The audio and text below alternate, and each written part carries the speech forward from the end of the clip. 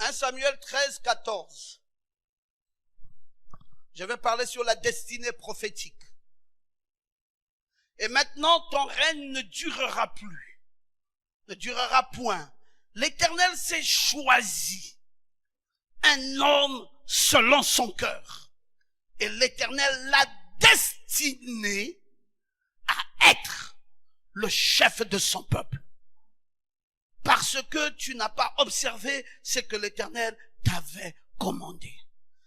Que l'Église dise Amen. Veuillez vous asseoir. Je vais parler ce matin sur la destinée prophétique. Ta destinée prophétique. Vous savez que, mes amis, Dieu avait choisi un homme. Et cet homme qui avait été choisi s'appelait David. L'Éternel s'est choisi. Il dit lui-même qu'il s'est choisi un homme. Dans ta famille, il y a une seule personne qui a été choisie. C'est toi. Hein? Je ne regarde pas tes échecs. Je dis que toi, tu as été choisi. Un seul homme. Frère, tout le monde ne peut pas être choisi dans une famille. Dieu t'a choisi toi. Il t'a donné le message, il t'a donné la grandeur, il t'a donné l'excellence, il t'a donné le prophète, il t'a donné la colonne de feu et il t'a donné le pasteur Ngoma. Est-ce que tu peux dire Amen? Tu as été choisi. C'est quand tu réalises que c'est toi que ça devient toi. Quand tu penses que c'est quelqu'un d'autre, ça devient quelqu'un d'autre. Je refuse maintenant de donner ma bénédiction aux autres. L'homme qui a été choisi, c'est moi. Est-ce que tu crois ça? Est-ce que tu crois ça? Oui, il y a une destinée dans ta vie, une destinée prophétique dans ta vie. Il a été choisi. Et Dieu l'a appelé un homme selon mon cœur. Et l'Éternel l'a destiné à être le malheureux de son peuple? Non! L'Éternel l'a destiné à être le chef de son peuple. Et Dieu a dit parce que tu as observé ce que l'Éternel t'avait commandé. Écoutez frère, vous êtes avec quelqu'un, vous marchez, vous voulez toujours être pareil. Tu dois savoir que dans ta famille là, le chef c'est toi. Je ne t'ai pas entendu dire Amen. Je ne t'ai pas entendu dire Amen. Le chef là, c'est toi. Tu as été véritablement choisi. Véritablement choisi. Véritablement qualifié. Véritablement sélectionné pour être le chef de ton peuple. Et le reste, il a été rejeté. Vous savez, dans Actes 13, 22, il va dire, puis l'ayant rejeté, il leur suscita pour roi David, auquel il avait rendu ce témoignage. J'ai trouvé David, fils d'Isaïe, homme selon mon cœur, qui accomplirait toutes mes volontés. Parfois Dieu, s'il veut t'élever, il y a des gens qu'il doit rejeter. Je ne t'entends pas dire Amen. Parce que parfois, Dieu, il peut pas vous soulever vous tous au même moment. S'il veut te soulever toi et te donner une position, il y a quelqu'un qu'il doit abaisser. C'est pour cela, n'aie peur de rien. Ce qui t'encombre sera abaissé. Ce qui te gêne sera abaissé. Oui, Dieu va abaisser cela. Il a dit dans 1 Samuel 13 et il a répété la même chose dans Acte 13. Abaissé. Et David, l'homme selon le cœur de Dieu, devrait accomplir certaines choses. À cause de quoi? À cause de son obéissance. Ne jouez jamais avec ce que l'on appelle l'obéissance. L'obéissance. Frère, si Dieu doit te choisir, il doit voir en toi quelque chose. C'est quoi la chose que Dieu retiendra dans ta vie? Dieu doit retenir en toi. Quand il a abaissé Saoul pour élever David, il a vu en David quelqu'un qui avait de l'obéissance. C'est ça l'obéissance. Payer sa dîme, c'est une obéissance. C'est pas facile. Tu as des besoins, tu as des projets, tout. Tu oublies tout ça, tu prends l'argent, tu mets dans l'enveloppe et tu payes ta dîme. C'est parce que tu es obéissant. Tu prends de l'argent, tu t'engages à faire quelque chose de glorieux. Ce que tu n'as jamais même fait pour toi-même, tu le fais pour ton Dieu. Tu es obéissant. Et il a trouvé que David était obéissant. Mais Saoul n'était pas obéissant. Il y avait les bêlements des brebis autour de sa cour.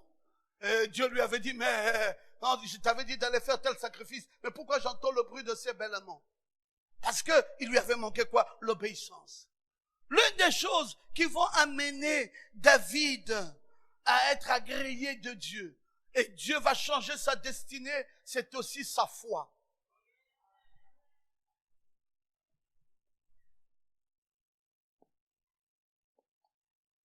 Frère, la foi est importante pour ta vie. Tu veux recevoir quelque chose, c'est par la foi que tu l'obtiendras.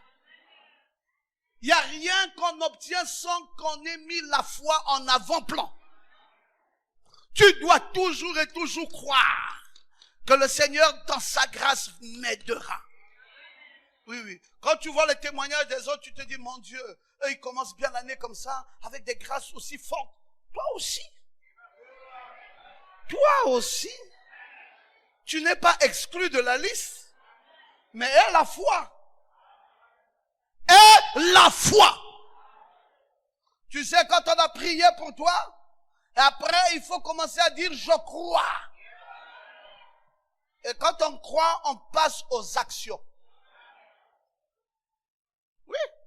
J'ai aimé de voir mon très cher et précieux ami et fils, Hervé Ekomis, ce matin dans l'église. Je l'ai appelé, j'ai dit, tu ne peux plus rester misérable. Il m'a dit, papa, c'est compris. J'ai aimé de voir mon fils Essimbo ici. Là. Je lui ai dit, c'est fini. J'ai aimé de voir ma fille Yolande là-bas. J'ai dit à Yolande, c'est fini, maman. Ces malédictions-là sont tombées. Et elles sont là. Est-ce que vous pouvez dire amen? C'est ce que Dieu va accomplir dans vos vies. Ça ne peut plus rater. Vous ne pouvez plus être misérable. Dieu vous a choisi. Dieu vous a sélectionné. Maintenant, ce que vous allez faire agir, c'est la foi. Si on proclame quelque chose dans ta vie, tu dis Amen, Seigneur, je le crois. Et que tu restes après dormir, c'est que tu n'avais pas la foi. Quand tu dis Amen, papa, je le crois, tu passes aux actes. Dites encore Amen, très bien. Non, tu passes aux actes. Tu ne restes pas là en train de dire ça, Amen, Amen, Amen. Non, Amen veut dire j'ai reçu, maintenant je passe aux actes. Nous voulons que vous puissiez croire, mais véritablement croire. Et vous ne devez plus avoir peur de croire. La troisième chose que David devait avoir fait, parce que David est l'homme qui accomplit les volontés de Dieu par trois choses. Il accomplit les volontés de Dieu par son obéissance, par sa foi et par son humilité.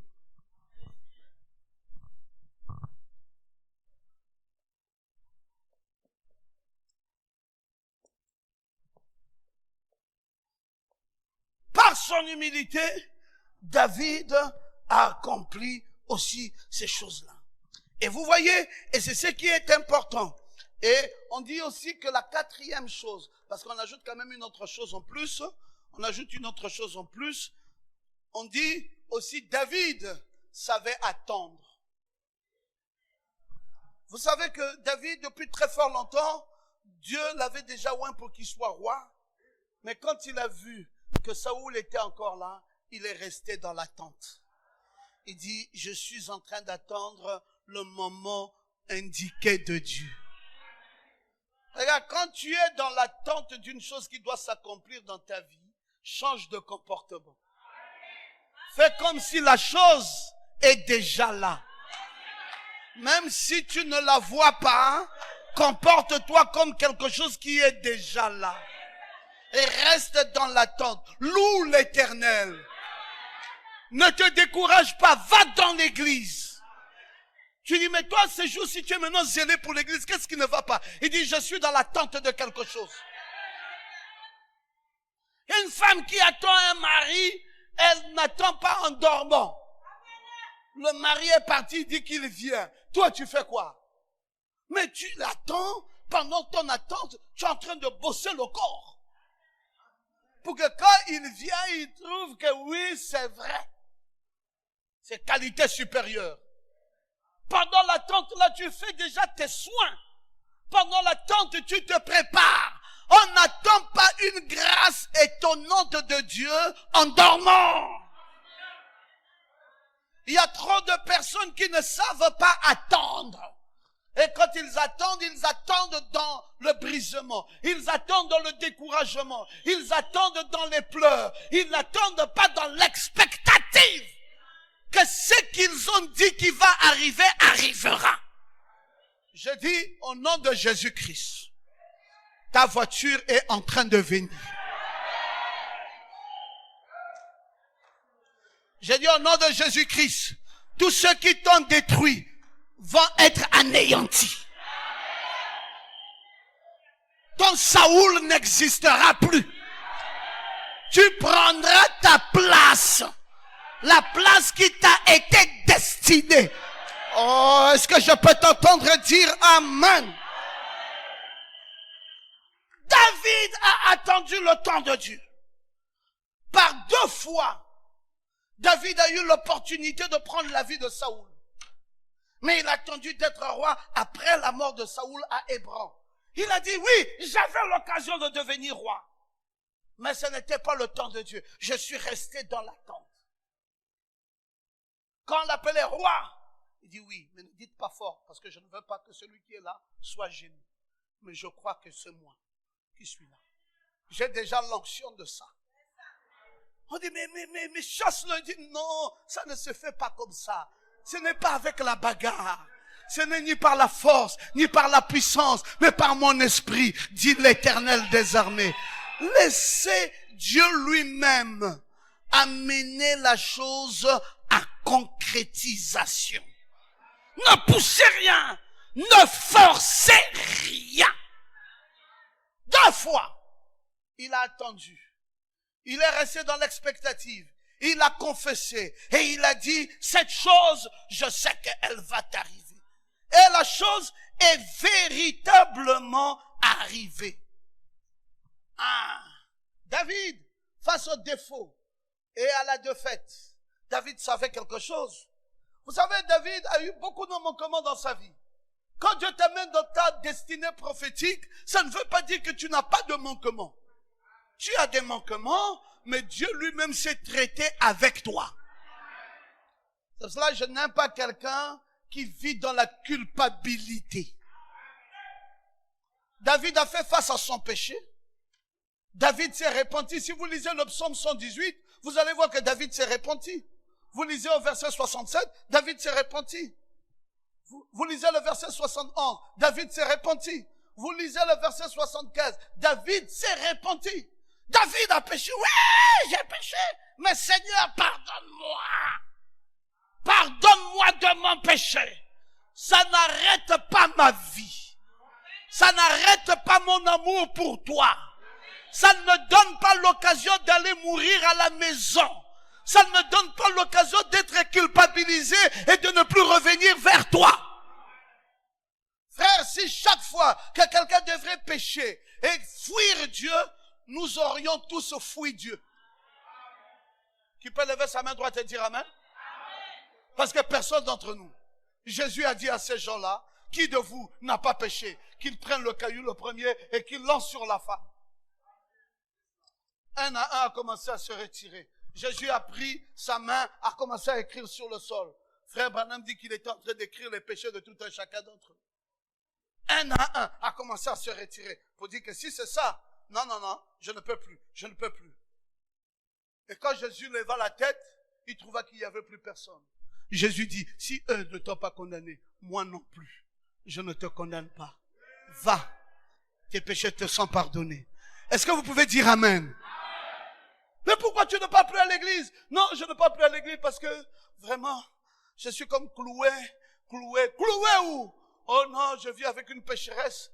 Oh non, je vis avec un pécheur. Non, je ne suis plus, j'ai la culpabilité. Je n'arrive pas à vivre la parole de Dieu. Chaque fois, c'est difficile. Mais mon frère, quand tu fouilles, que tu n'arrives pas à vivre la parole, que tu fouilles, c'est en fouillant que tu auras la solution. Mais en fouillant, tu vas t'égarer de plus belle. Quand tu n'arrives pas à vivre la parole, viens dans la maison de Dieu. Et la maison de Dieu, mes frères, a relevé plus d'une personne. La parole a brisé beaucoup de péchés. La parole a brisé beaucoup de culpabilité. La parole a relevé beaucoup de faibles. Si c'est la vérité, dites Amen. Tu es faible, tu viens dans la maison de Dieu. Accepte en confiance le pardon de Dieu. Dis à Dieu, Dieu, je te demande pardon. Mais non seulement tu dis pardon, oui, tu crois aussi que Dieu t'a pardonné. Donc, il y a beaucoup de choses, mes amis, qui ont amené David à accepter sa destinée prophétique et à laisser Dieu accomplir ses volontés en lui. Et David l'a fait par le biais de plusieurs choses. Il l'a fait par l'obéissance. Il l'a fait par la foi. Il l'a fait par l'humilité. Il l'a fait par l'attente. Il a attendu. Attente. David l'a fait aussi par obéissance à sa parole, par refus de culpabilité. Il l'a fait en sachant véritablement que Dieu lui pardonnait de son péché. Une attitude positive, une attitude correcte, positive, qui t'amène à dire, Seigneur, je crois que mon péché m'est pardonné. Alléluia! Qu'est-ce que David a encore fait? Sa connaissance de Dieu et sa confiance en l'amour de Dieu et au pardon de Dieu. Hein? Dieu n'est pas comme nous les hommes, hein, mes amis. Ou quand un homme t'a dit, je te pardonne, mais il te hait toujours. Tu as dit, mais pardonne-moi, je me reconnais avoir fait quelque chose de mal. Est-ce que tu peux me pardonner? Il te dit oui. Après, il dit mais. Le pardon de Dieu n'est pas oui, mais. Ou tu me pardonnes ou tu ne me pardonnes pas. Dieu, lui, t'a pardonné. Est-ce que tu peux dire amen? Dieu n'a pas mis un mais. Il t'a pardonné. Tu as le droit de le louer. Tu as le droit de l'acclamer. Tu as le droit de danser dans sa maison.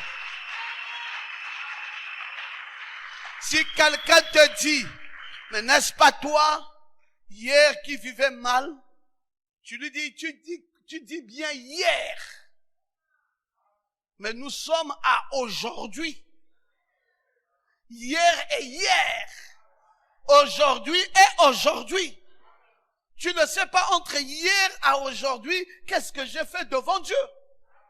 Je suis allé devant sa face. Quand je suis rentré à l'église, je me suis agenouillé à l'autel. J'ai dit à Dieu, Seigneur, c'est un pécheur qui vient de rentrer dans ta maison. Lave-moi, purifie-moi. Mais ma fille, quand tu dis ça à Dieu, et tu restes encore avec la culpabilité, tu dois maintenant savoir que Dieu t'a pardonné. Oh, j'aime quand tu peux dire amen. Donc c'est cela, frère. Il y a la confession de son mal, la confession de son péché, hein, et puis il y a l'acceptation de son pardon. Il y a l'acceptation du pardon de Dieu. L'acceptation du pardon de Dieu. Donc, il est vrai que Dieu, tu l'as confessé ton péché parce que tu as eu une meilleure attitude, comme David l'a fait. Il a demandé pardon à son Dieu, il a crié à son Dieu. Je viens de vous le montrer dans le psaume 118. Et puis ensuite, il a accepté le pardon de Dieu. Il a dit, Seigneur, maintenant que tu m'as pardonné, je crois que je n'ai plus ce petit mal qui pouvait exister hier en moi. Quand l'Esprit de Dieu a quitté Saoul, un mauvais esprit a commencé à le tourmenter. David, qui savait qu'il était roi, a pris une harpe et a commencé à jouer de la harpe pour aider son ennemi qui était torturé par un mauvais esprit à revenir. Ah, mes amis, c'est là où c'est fort. Tu sais que l'homme-ci est à ma place. C'est moi le roi. Mais il est là comme un usurpateur. Il est là alors que Dieu m'a déjà donné sa place. Il est tourmenté par des mauvais esprits. Tu dis non, moi je ne lui souhaite aucun mal. Viens, je vais jouer. Tu joues la harpe pour que ces mauvais esprits se calment. Mais pourtant, c'est quelqu'un qui veut de ton mal. C'est quelqu'un qui veut te tuer. C'est quelqu'un qui ne veut pas que tu sois là où tu devrais être.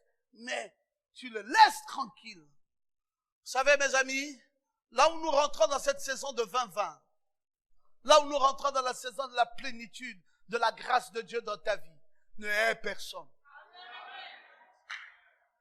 Ne hais personne. Là, dans cette nouvelle saison, n'aie des problèmes avec personne. Quand tu sens que quelqu'un ne t'aime pas, toi, aime-le. Quand tu sens que quelqu'un veut te mettre des bâtons, dis non, c'est rien tout ce que tu fais là. Il n'y a personne qui peut t'arrêter désormais. Il n'y a personne qui peut te mettre les bâtons dans les roues. Je dis au nom de Jésus, tu atteindras ton but. Tu atteindras ton but. Il n'y aura pas quelqu'un qui va te gêner. Je suis juste en train de te montrer certaines choses. L'habileté de David, le cœur de David. Et Samuel, Dieu va le commissionner. Il dit, maintenant je ne veux plus de Saoul. Maintenant moi c'est David. Samuel, lève-toi. Va dans la maison d'Isaïe. Tu trouveras un qui est meilleur à Saoul. Et c'est lui que j'ai choisi. Et Samuel, parce que Dieu avait déjà vu tellement de bonnes choses dans ce garçon appelé David, que maintenant Dieu décide. Il décide qu'il soit oint. Qu'il soit oint par Samuel. Parce que pour accomplir ta destinée prophétique, il faut que tu sois oint.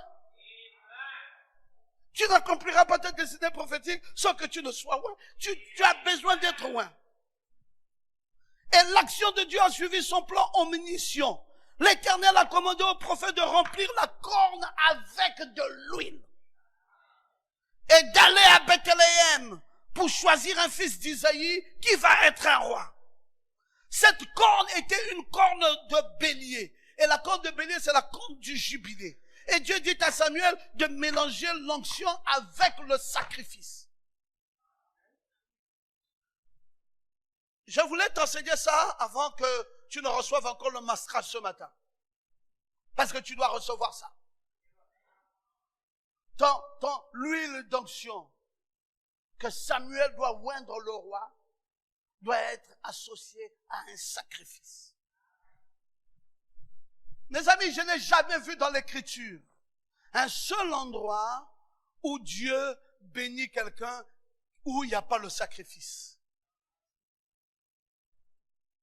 Oui, cette année, Dieu va me lever, Dieu va me bénir, papa, maman, où est ton sacrifice?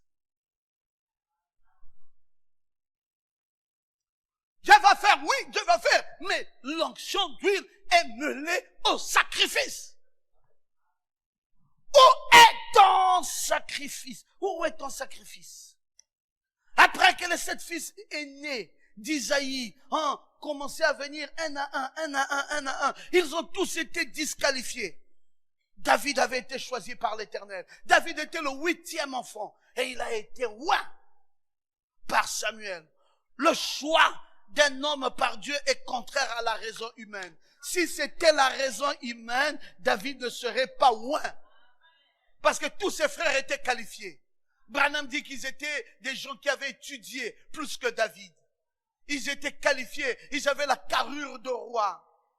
Ils avaient le potentiel de roi.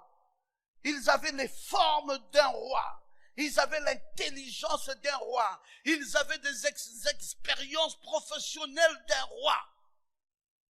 Mais David n'avait rien de tout cela. Dieu a dit, c'est toi que j'ai choisi.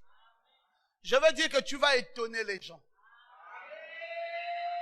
Je ne t'ai pas entendu dire amen. Toi, tu vas étonner les gens. Parce que les gens n'accepteront pas que ça soit toi.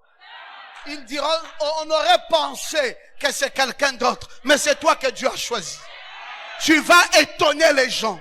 Tu vas étonner le monde. Parce que c'est toi que Dieu s'est choisi. Est-ce que tu peux dire amen? Je te dis, tu peux retenir ça. 1. Quand Dieu choisit un homme, il ne cherche pas la beauté de figure. 1. Quand Dieu choisit un homme, il ne cherche pas la stature physique. 3. Quand Dieu choisit un homme, il ne cherche pas son âge ou sa maturité. 5. Quand Dieu choisit un homme, il ne cherche pas son rang ou sa position. Le rang ou la position importe peu pour Dieu. Ta beauté physique importe peu. Ta stature physique importe peu. Ton âge importe peu. Dieu peut prendre un enfant et il en fait un roi. On dit, mais comment ce David que Dieu a choisi est impitoyable comme ça, alors qu'il y a 7 fils dans la maison d'Isaïe qui ont toutes les qualifications nécessaires, impitoyable comme ça. Dieu va se choisir un homme pareil. Mais c'était le choix de Dieu. Je dis et je proclame haut et fort dans le nom de Jésus que toi qui as franchi le seuil de la porte de cette église, ta vie va s'élever. Je ne connais pas quelqu'un d'autre qui proclame ça comme je le proclame tout le temps dans ta vie. Je dis que si ton père naturel ne t'a pas suffisamment béni, je passerai tout le temps de mon ministère à proclamer la vie sur toi, à proclamer la bénédiction sur toi, à proclamer l'élévation sur toi, à proclamer le changement dans ta vie. Pasteur Ngoma, tous les jours vous nous bénissez. Oui, parce que je sais que si je ne le fais pas, ça ne peut pas bousculer les torrents de malédiction qui sont plantés dans ta vie. Mes amis, je sais d'où nous venons. Nous sortons de familles très méchantes qui ne nous ont jamais aimés. Et pour arriver là où nous sommes arrivés, c'est la grâce de Dieu. Toi là, tu ne pouvais même pas travailler. Toi là, tu ne pouvais même pas te marier. Toi là, tu ne pouvais même pas avoir le sourire. Même le simple sourire. Mais la grâce de Dieu a travaillé, a travaillé, a travaillé. Nous sommes au Gabon. Mes amis, dans notre pays ici, si vous voulez qu'une vie fleurisse, il faut le bénir suffisamment. Oh, faut pas blaguer. Où sont les hommes d'affaires au Gabon? Où sont nos maisons? Où sont nos voitures? À quoi nous ressemblons? Un pays qui a été ligaturé par le diable. Lié, lié, lié, lié, lié, lié, lié, lié, lié, lié, lié, lié. Maintenant, si tu veux lever un peu la tête, même avoir une petite économie politique. Si tu veux avoir un peu d'argent, vole. Si tu veux avoir un peu d'argent, sacrifice rituel. Si tu veux encore avoir un peu d'argent, loge. Si tu veux être encore quelque chose, sorcier. Voici ce qui germe dans le pays. Si tu n'es pas dans une de ces choses-là, ta vie est finie. Il faut que tu sois politicien, voleur, sacrifice rituel, rosicrucian ou franc-maçon et sorcier. Tout un pays ligoté comme ça, ligoté. Et tu auras la voiture. Tu penses que tu auras la voiture? Tu penses que tu vas construire une grande maison? Tu penses que tu vas voyager à travers le monde? Ma fille, c'est compliqué. Tu attends ça, Esther? C'est compliqué. Le pays est lié. Le pays est attaché. Le pays est mal. Et vous venez à l'église, alors le pasteur commence à révéler les mystères. Ah, j'ai compris. J'ai compris. Avec de tels liens, il faut le mastrage. Quand Dieu a délégué Samuel pour aller oindre David, c'est parce qu'il savait que le petit là n'avait aucune chance. Tous les frères ont fait l'école. Toi, tu es le seul qui ne fait pas l'école. Tous les frères sont instruits. Toi, tu es le seul qui n'est pas instruit. Tous les frères mangent à table avec papa. Toi, tu manges en brousse. C'était ça, David. Le plus petit de la plus petite des familles. Et son travail, c'était s'occuper des moutons. Et tous ses frères étaient des philosophes intellectuels. Et lui, il n'avait rien de tout cela. Et Dieu dit à Samuel, va dans la maison d'Isaïe. Quand il arrive avec la corne d'huile et le mastrage, il dit, Dieu m'a envoyé dans cette famille pour oindre quelqu'un d'huile. Abinadab est venu, il a dit, c'est moi. Shama est venu, il a dit, c'est moi. C'était les fils d'Isaïe, les grands frères de David, des hommes puissants et forts. Et David est arrivé à son tour. Le père a dit, mes enfants sont finis. On dit, qu'est-ce que tu dis? Il dit, j'en ai 7. Tous les 7, c'est ce que tu as vu là. Donc, c'est pas dans ma maison. Samuel dit, non, c'est pas possible. Papa, parle bien. Il dit, je te dis que je n'ai que 7. C'est eux qui sont passés là. Si tu n'as pas oint un d'eux, c'est qu'il n'est pas là. C'est pas dans ma maison que Dieu t'a envoyé. Il dit, papa, parle bien. Je sens toujours l'onction même quand je suis ici. Je sens toujours qu'il y a une onction même quand je suis ici. Est-ce que tu n'as pas un autre enfant? Il dit, je cherche dans ma tête, il n'y a pas. Et puis l'un des frères dit, papa, tu as oublié, il y a David, non? Il dit, ah, mais lui, on ne peut pas le compter. C'est celui-là qu'on ne compte pas là, que Dieu élève. C'est celui-là qu'on ne considère même pas là, que Dieu prend. C'est celui-là qu'on a même oublié, que Dieu récupère. Je dis, dans le nom de Jésus-Christ, toi qu'on a oublié, toi qu'on a rejeté, toi qu'on a laissé tomber, c'est toi que Dieu va choisir. Est-ce que tu peux dire Amen?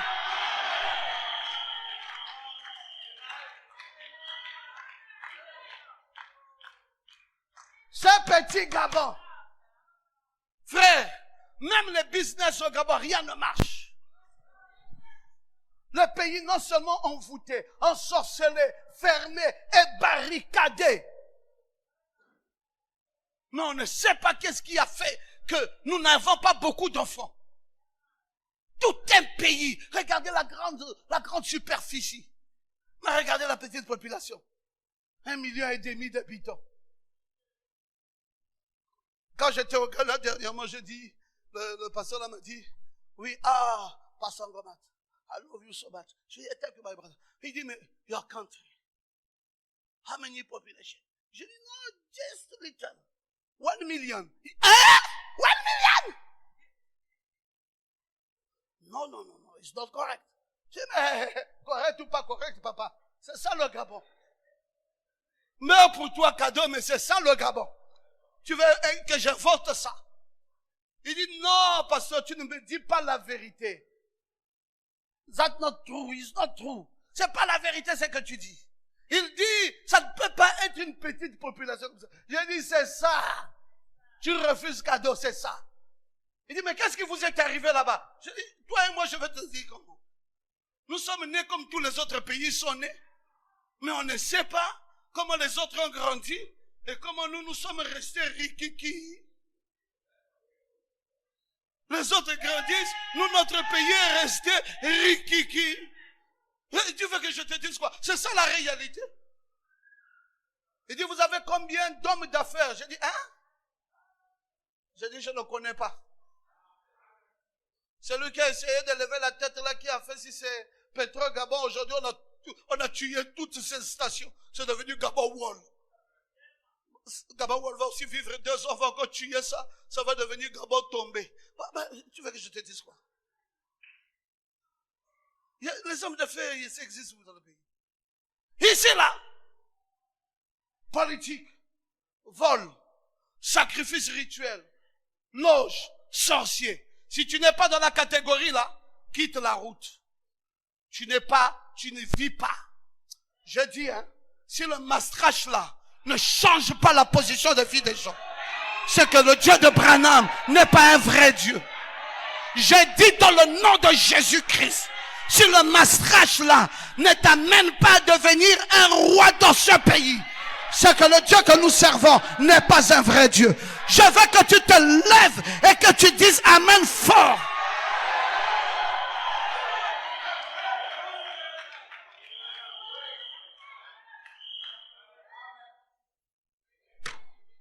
Alléluia.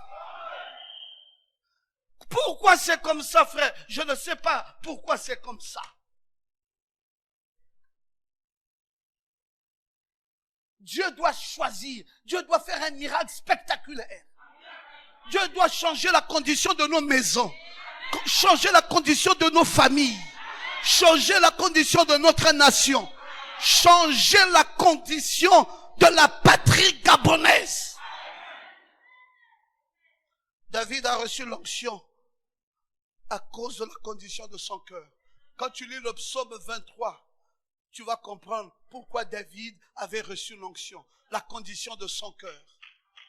Frère, parfois même tu n'as pas l'argent, mais ton cœur dit, prends l'engagement. Parfois il n'y a rien, tu ne sais pas comment tu vas faire, mais ton cœur te dit, va mourir pour ça. Est-ce que quelqu'un peut te dire Amen? David a reçu quelque chose. Le cœur de David a été un cœur croyant. Un cœur réfléchi. Un cœur ancré dans la piété. Un cœur courageux. Un cœur plein de gratitude. Un cœur destiné à rester avec Dieu. Un cœur brisé. Un cœur ouvert. Si on doit décrire le cœur de David, mes amis, on va chercher les mots pour trouver la qualité du cœur que David avait. Un jour, je prêchais ça en Afrique du Sud. Je dis, tout le monde dit que David avait un cœur selon Dieu. Mais tout le monde ne nous décrit pas, bibliquement parlant, quel type de cœur il avait. J'ai dit, aujourd'hui, je vais vous donner la décomposition du cœur de David. J'ai commencé à prendre les Écritures, leur montrer que c'était un cœur méditatif. C'était un cœur rempli de piété. C'était un cœur plein de crainte de Dieu. C'était un cœur plein d'amour. C'était un cœur. Et je commençais à révéler ça. Tous les détails du cœur de David. Et l'église était debout ce jour-là pour dire, waouh! J'ai dit, c'est la qualité de ce cœur-là que Dieu veut aujourd'hui. Frère, Dieu ne veut pas ta tête. Dieu veut ton cœur. Ton cœur, c'est quoi? C'est pour ça, même quand tu dois te marier avec un homme, dis à cet homme, papa, ne me donne pas ta tête. Donne-moi ton cœur. Moi, ce que je veux avec toi, c'est ton cœur. Si vous avez un pasteur, dites au pasteur, pasteur Ngoma, donne-nous ton cœur. Parce que papa, si tu nous donnes ton cœur, tu vas nous servir bien. Mais si ton cœur n'est pas avec nous, tu vas faire comme ça à peu près. Tu ne vas pas mourir pour nous. Papa Ngoma, nous voulons te voir mourir pour nous. Nous voulons que tu nous donnes ton cœur. Tu nous témoignes ton amour vrai. Parce que nous savons aussi qu'il y a des pasteurs aventuriers en mission. Ils viennent dépouiller et puis ils partent en mission. Mais il y en a pour qui il va mourir avec vous sur la même table de sacrifice tant qu'il ne vous verra pas bien. Son cœur ne sera pas en paix. Il priera, il jeûnera, il mourra parce que son cœur est réel. Alors Samuel, voyant tout cela, a oint David. Je voulais bientôt terminer en disant ceci. Quand Samuel a pris cette huile et qu'il a répandu sur la tête de Saoul, et qu'il avait baisé. Et il a dit, l'Éternel ne t'a-t-il pas oint pour que tu sois le chef de son héritage? Je ne dis pas quand il a oint David, mais quand il a oint Saoul. Qu'est-ce que Samuel avait dit à Saoul? Mais mon frère, Nathanaël, c'est vous qui pensez que Dieu ne s'occupe que des gens prédestinés à l'épouse ou prédestinés à la gloire?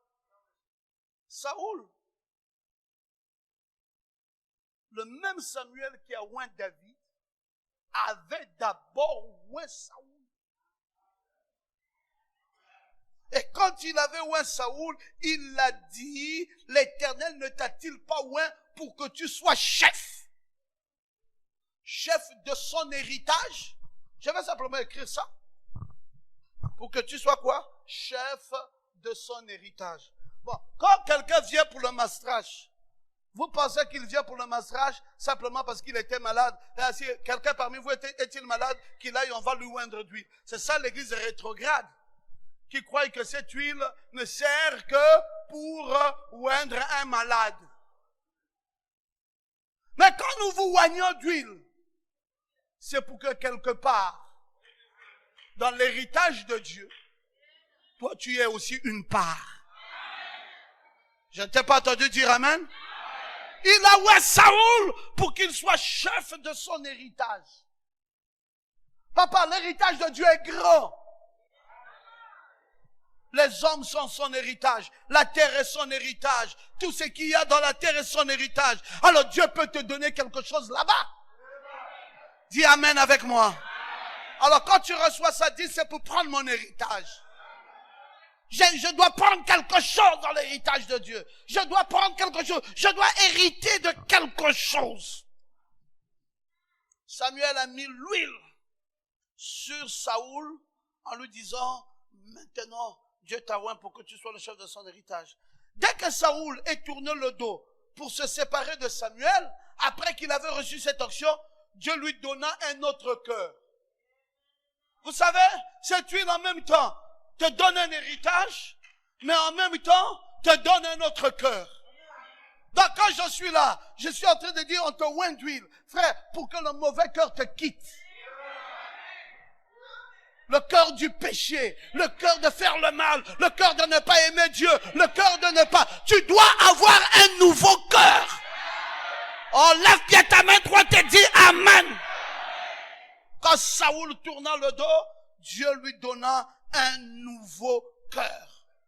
Et on dit, et tous ces signes s'accomplirent le même jour.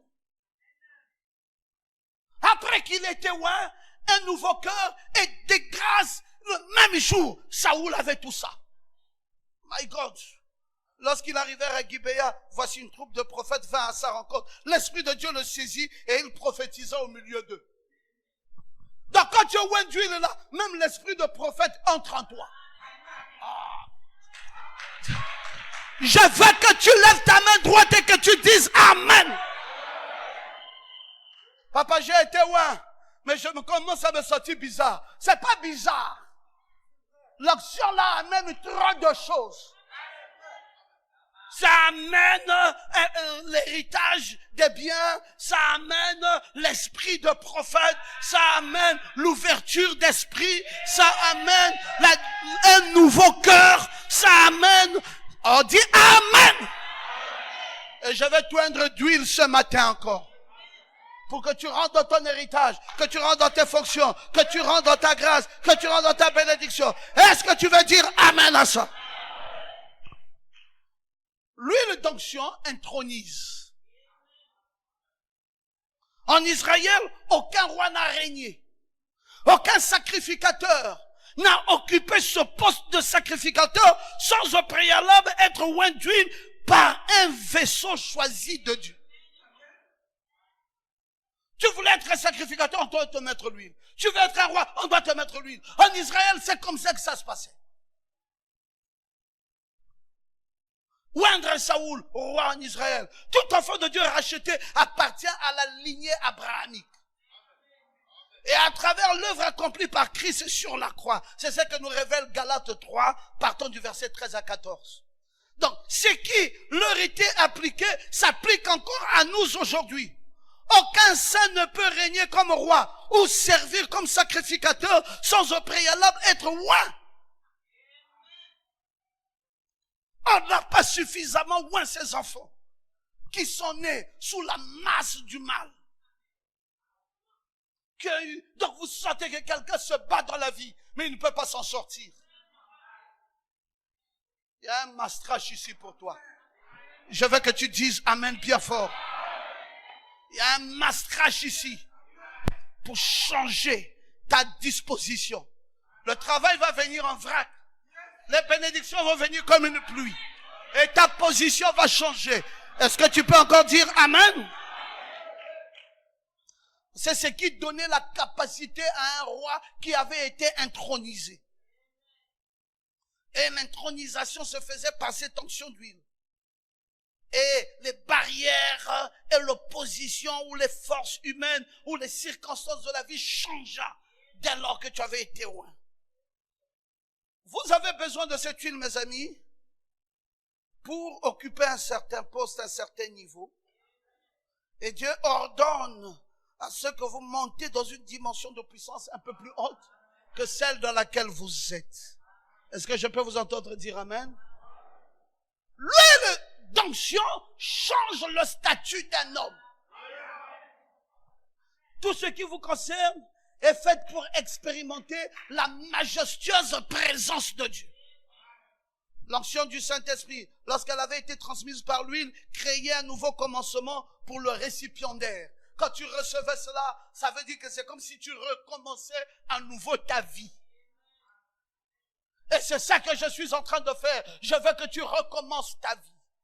Je veux que tu reçoives une onction qui booste ta vie. Alléluia. Oui. Tu dois avoir une nouvelle étiquette. Étiquette d'honneur. Tu dois aller dans une nouvelle dimension de dignité. Dis encore Amen, très bien. Oui. Tu ne dois plus être un misérable chercheur d'ânesse. Oh, Saoul était qui? Il était un misérable chercheur d'ânesse. Quand soudain, le commandant en chef ordonna à Samuel, dit, hey, arrête cette destinée de misérable chercheur d'ânesse et faisons un roi.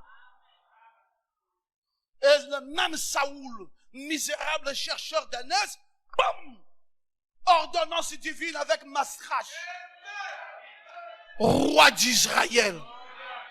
Est-ce que je peux changer ta destinée ce matin? Est-ce que tu es prêt de misérable chercheur d'ânesse à être intronisé? Ta vie ne va pas toujours aller dans les sens, dans le mauvais sens. Il faut que Dieu intervienne. Et Dieu va intervenir avec un décret du ciel. Et c'est ce décret du ciel qui amènera le changement radical de ta vie. Et je dis ce matin, et plus jamais dans cette église, tu seras un faiblard. Va témoigner à quiconque n'a pas écouté ce message. Va témoigner à quiconque. Cette église doit être pleine le dimanche matin, pleine le dimanche soir, pleine le mercredi, pleine le vendredi. Vous n'avez plus le droit de sécher un culte. Parce que sécher un culte, c'est manquer une touche de Dieu. Parce que le Mastrache sera ici en permanence. La main des serviteurs de Dieu sera ici en permanence. Nous allons recevoir beaucoup d'hommes de Dieu cette année. Les hommes de Dieu que nous allons recevoir cette année, commencez à écrire. Vous allez voir que cette année, au cours de cette année, il n'y aura pas moins de 50 serviteurs de Dieu qui auront défilé ici. Et je prendrai toutes les qualités supérieures. Et je les connais. Il y en a même qui sont au Nigeria, qui sont mes amis, à qui j'ai déjà pris attache. Frère, et parfois je ne choisirai plus des jours. Tu peux venir ici, tu as manqué un mercredi, tu viens entendre simplement un nom que tu connaissais, mais qui est passé par ici et qui a moins les autres. Tu mets seulement la main sur la tête pour dire j'ai raté une onction. Parce que c'est la saison. On ne peut plus faire comme on a fait avant. Tu ne peux plus être un misérable chercheur d'ânesse. On doit arrêter cette destinée et t'introniser. Le pays est mauvais. Les habitants du pays sont misérables. Et Dieu a suscité des hommes de Dieu avec la connaissance de la parole pour changer les destinées des vies des gens. Alléluia! Homme de Dieu, viens. Viens, je viens te oindre. Je viens te oindre. Je viens te oindre. Je viens te oindre. Je viens te oindre. Amenez-moi ma Bible. Je vais l'ordonner dans son ministère. J'aimerais que vous acclamez Dieu. Et après cette ordination, je vais le laisser 30 minutes pour véhiculer l'onction sur vous. Et nous allons nous retrouver ici à 17h. Le culte de 17h sera très court. Parce que c'est lui qui va prêcher, ça va être très court. Et après ça, c'est la fête.